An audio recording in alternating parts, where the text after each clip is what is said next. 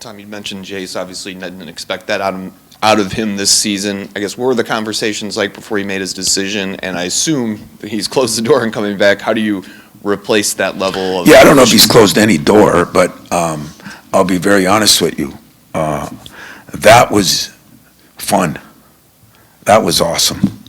You know, you watch a kid come and just go through the process and, you know, grow and perform and, you know, easy to talk to his family because of the relationship.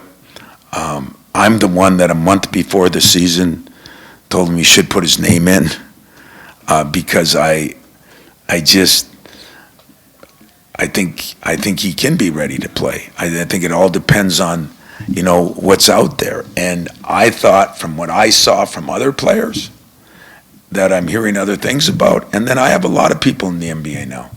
I mean, a lot of people. I don't have a few anymore. I have a lot of people. And was I almost surprised at some of the numbers I was hearing and where he would go? I guess a little bit, but once I realized that, he was one kid I did not feel sad at all. I said to myself, wow, you know, he's, just think the privilege I've had. I had his father who won a national championship and 2 Big Ten championships, and his son who won a Big Ten championship and played in the Elite Eight. And they both get to fulfill their dream of going to the NBA. I mean, that is all good. There is nothing. And if anybody out there says something about that, I'm just telling you, it's all good. And it's, listen, if the rules were like football and the kid had to stay 3 years, he'd have stayed 3 years. If they were like some other sport that maybe 2 years, he'd have stayed 2 years. But in this sport, you know, you have to wait. Thank God his father has been in it and is well respected. Thank God I've had enough people around the league that are telling me where they think he's going to go. And if he goes anywhere near where he thinks he's going to go, I'm packing the suitcase. You know, and I think it's great. And once he interviews, he's going to move up. Wherever he is, he's going to move up. And so that part is all good, all good. You're not planning on him pulling his name out to come back or anything like that, right? Well, maybe if I fly out there, get on my hands and knees and beg him. I'm planning on doing whatever, seriously. This is the other hard part about the new job. You know, like everybody, you know, like when you guys asked me the question and somehow we got cut up on the portal day right before the tournament. The problem is, you know, unless you're messing with people, how do you know who's transferring? Now, we can sit here and say, well, you're naive. I'm not naive. I'm not naive. I'm really not. And I'm not old school. I'm really not. I just think there's a process. There's a right way to do things. And I'm going to do them the right way. If that doesn't work out, you know, I'm cool with that.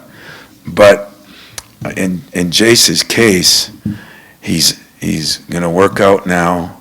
He's doing well in his first couple of workouts. I want to fly out and see him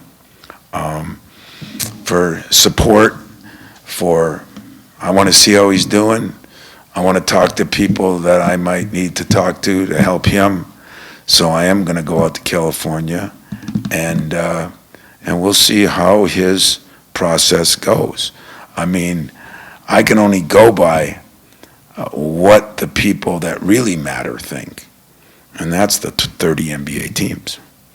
And so I got, you know, there's disappointment in not being able to do a good enough job to help a kid fulfill his dream.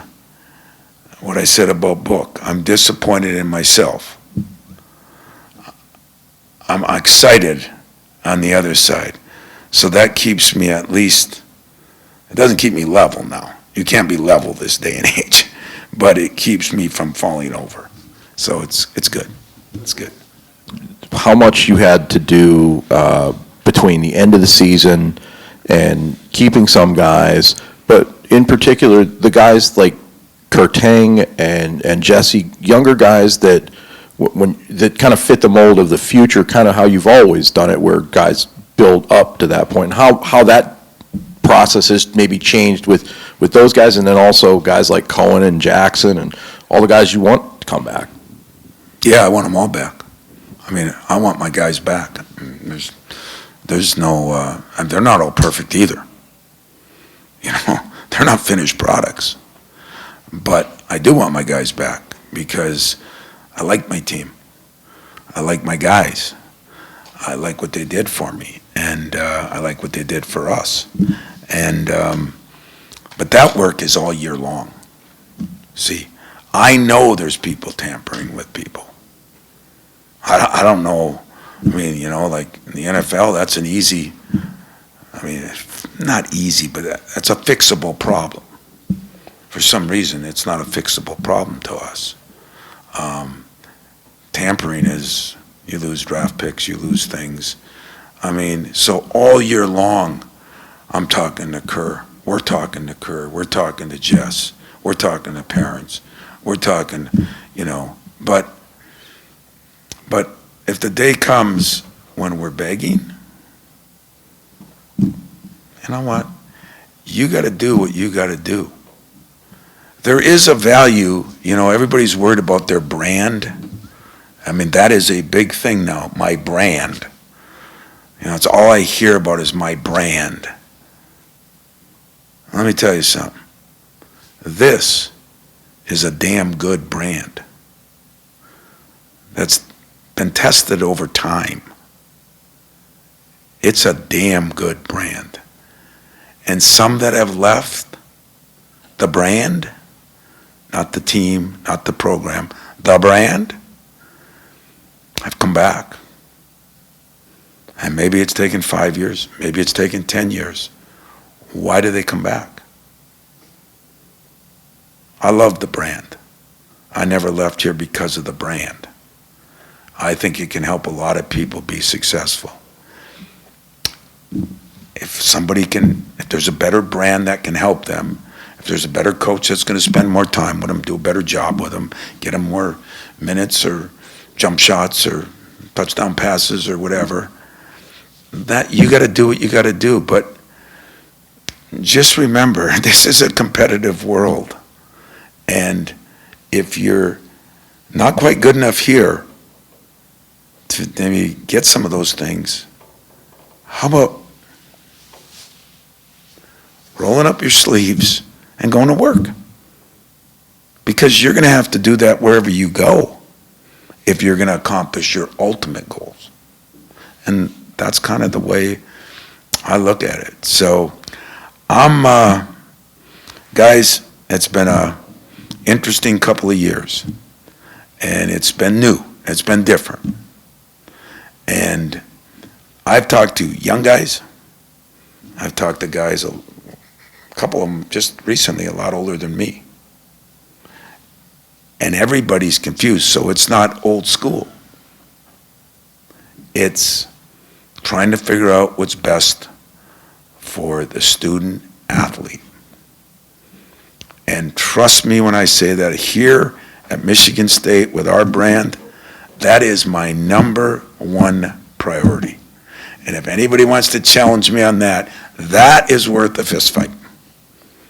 That one is worth the fight. Nothing else is, but that is worth the fight. And there's guys that like you when you leave. There's parents that like you. There's parents that are mad at you. There's players that like you. There's players that are mad at you. It's not when they leave that matters. It's when they get off in the real world, have kids, do things, figure out things. Do they use what you told them? You know, I'll end it on this. Juddisms. So when I got the job, I I told my secretary, Lori, who was Judd's secretary for 20 years, you know, we're going to do things, but we're going to change a few things around here, you know. I'm the boss now, right? And I went a couple of years, you know, thought I was going to get fired. I started figuring out why Judd was friends with most of you. So I maintained that. I had you to dinner at my house one time. I don't know how many were there. A couple of you old school guys were there. And I learned. And then as 5, 6 years went by and we had some success, I'd walk into my office and I'd say, hey, Lori, now I know why Judd did that. Damn it. You know, I'm going to do some of the same things. Did I tweak my stuff? I tweaked it. Did I change? I changed it. I've got to change every era. As I said, fat ties, skinny ties. You know, I got to change every 6, 7, 8 years. You got to make adjustments. But if you ever change what you believe in, you're going to get up every morning to brush your teeth. At least I do. And you're looking in that mirror. If you don't like that person looking back at you, you went too far. Right now, I don't like the looks of that person, but I like the person. And I'm gonna stick with that, and I'm gonna find a way to work harder. I told my staff, hang on to your, you know what, because we're gonna work harder, because we're gonna make sure that more and more kids we make successful, because this brand is gonna be worth something to them in the years to come, and that's what I plan on doing. So please take this. I stayed a little longer than I was gonna have that, but I answered questions up here. I don't have all the answers. I am not against anything except people interfering with our players, people recruiting them right off your team, which is happening a lot. I'm against that. With the confusing part for a player, but I am conscious to say that, what are they going through? I'm not 20 anymore, but neither are you. What are they going through? So I'm blaming more of this on, as I say, the adults than I am on the players. Because I absolutely love my players. I feel good about my players. I don't necessarily feel good about some of the outside world. I've tried to minimize that. It's been okay. And we'll see what happens. But don't need anybody feeling sorry for me. I got the job. Hey, this is my dream job. I never left it. I had many chances. I could have gone in the portal. I didn't go in the portal. I like where I'm at. And I don't have to be here, as Tom says. Sent it to me today. Remember, Coach, you get to be there. I do. And if more people would look at their jobs that way, I think we'd have better success. Have a good day. Thank you, guys.